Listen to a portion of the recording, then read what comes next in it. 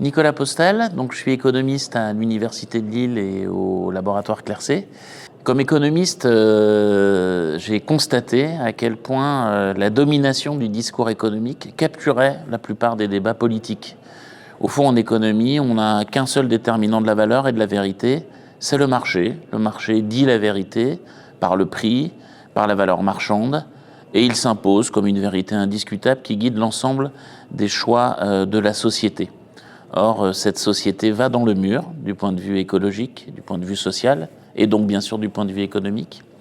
Il est important donc de réencastrer les questions économiques dans la société. Et ce réencastrement, eh bien, il procède d'une forme de réhabilitation de la parole, de la discussion, de la capacité d'un groupe humain, de notre humanité, à déterminer ensemble ses objectifs. C'est cette forme de redécouverte de la délibération, de la raison pratique, de la raison communicationnelle, comme disait Habermas, qui pour moi est au cœur de cette question de la démocratisation, et je dirais de la démocratisation versus, contre l'espèce de pouvoir absolu qu'a acquis dans nos sociétés le discours sur le marché, et puis plus concrètement aujourd'hui, via les actionnaires, les marchés financiers, qui en sont au point de décider de nos politiques économiques nationales, mais encore plus, bien sûr, de tout ce qui se passe dans l'entreprise.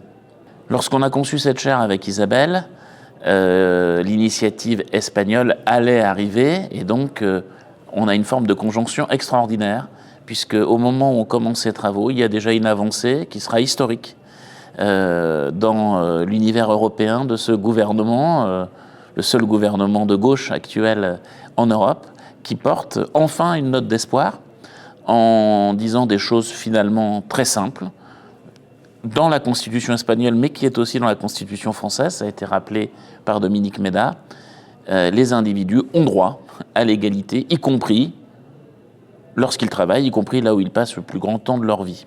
Et c'est au fond cette espèce de promesse qui est mise en avant très concrètement dans le rapport, avec des éléments fiscaux, des éléments de mesure de ce que ça veut dire cette idée d'égalité, qui nous donne un élément très concret. On n'est pas dans une recherche un petit peu hors sol, qui pourrait vite être cataloguée comme utopique. Au contraire, on a là un rapport qui vise un projet de loi qu'on pourrait tout à fait déployer, si tant est que l'Europe reste le fer de lance de la démocratie qu'elle a toujours été, eh bien qu'on pourrait déployer dans l'espace national, en France et puis en Europe.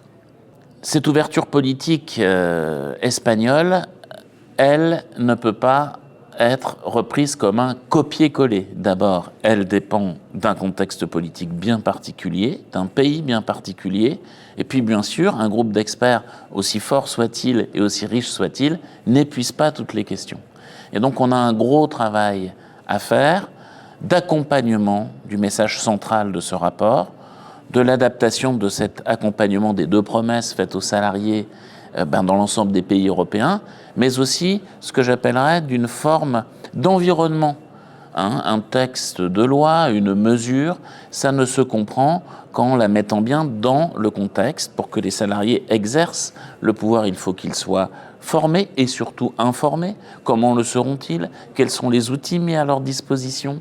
Comment la logique fiscale doit aller avec l'ouverture d'espaces de discussion permanents? Comment on se réapproprie cette question de ce que l'on veut produire, de comment on veut le produire, comment on reprend le contrôle sur notre mode de production? Ça ne peut pas être uniquement un texte de loi, ça doit être tout un ensemble qui l'accompagne, et c'est ça, me semble-t-il, que l'on a à faire maintenant en matière de recherche. En tout cas, c'est ce qu'on compte faire à Lille.